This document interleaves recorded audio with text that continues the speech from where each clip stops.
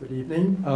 Unlike David and Colin, who goes global in their research and compares massive and minuscule scales, I'm just going to ask two simple questions. Does architecture shape our city? Or does the city shape our architecture? Now, it's probably a question that defies simple answers. A bit of both is happening. But there are instances where architecture in form and statement is so strong that it tends to drive or inspire the involvement of the urban form around it. And that's increasingly true in cities which are newly developed. Now, at the same time, it's also true that in mature cities where urban systems are so in place, the spatial systems, transport systems, structural systems, that architecture is influenced or driven by all these external factors. And architecture could very much be inspired by the actual urban form. Now, there are also instances where the urban form itself is so boring and uninspiring that one has little to do with the other. Now, all these scenarios actually happens within this very region, mainly in the mainland China cities, in the newly developed areas, and of course in Hong Kong. So, examples to illustrate what I've been saying. This is the city of Pudong, a new district. Relatively developed, it's been going on for 20 years now. Orderly, tidy, but totally uninspiring. So when we were asked to design a series of villas in this neighborhood, the city doesn't tell us anything. So what we chose to do is to go back to study traditional vernacular and how people would like to live as a family, and we come up with a solution which is totally introverted. Things happen within walls, where architectural space merge with open spaces within itself. Now, it has nothing to do with the city, physically. It's not inspired by it, and it doesn't really contribute to the city.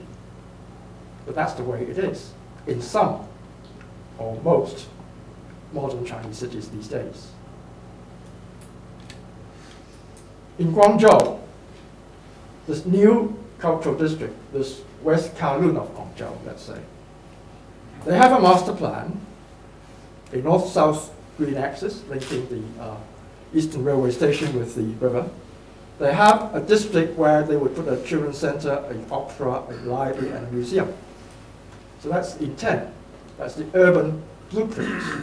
But it's not an urban form, because nothing physical or nothing three-dimensional has been established by the time everybody is asked to design it.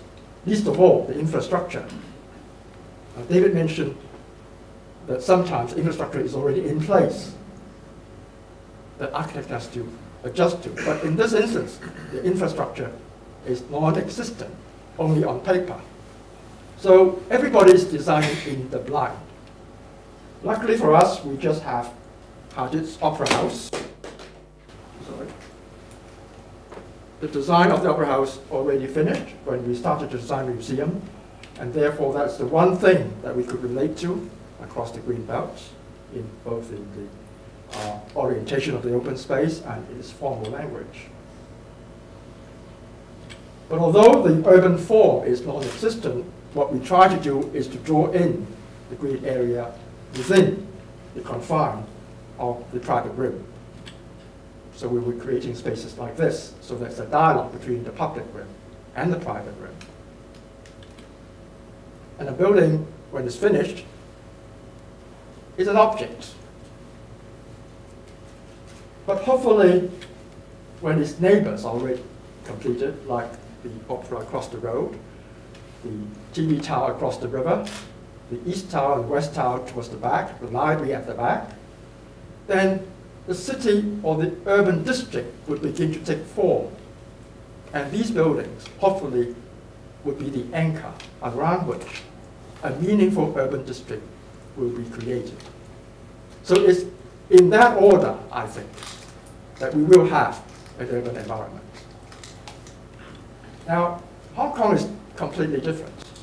Everything has been in place because it's been going on for more than 100 years. The harbour, the roads, the footbridges, the topography, the hills, and all the buildings in different layers through the ages. In this sort of city, architecture has to take the cue from what is around it.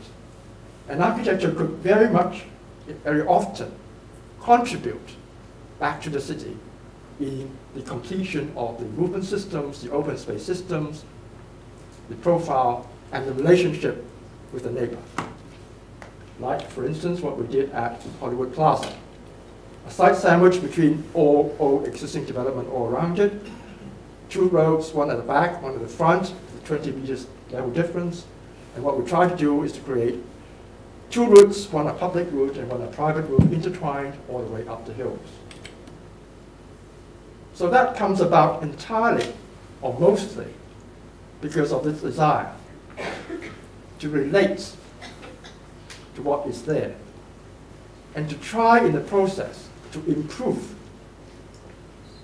the quality of the environments in terms of moving more easily, putting in more open space at different levels, and of course providing the necessary accommodation. The architecture is almost subsumed in the whole urban picture.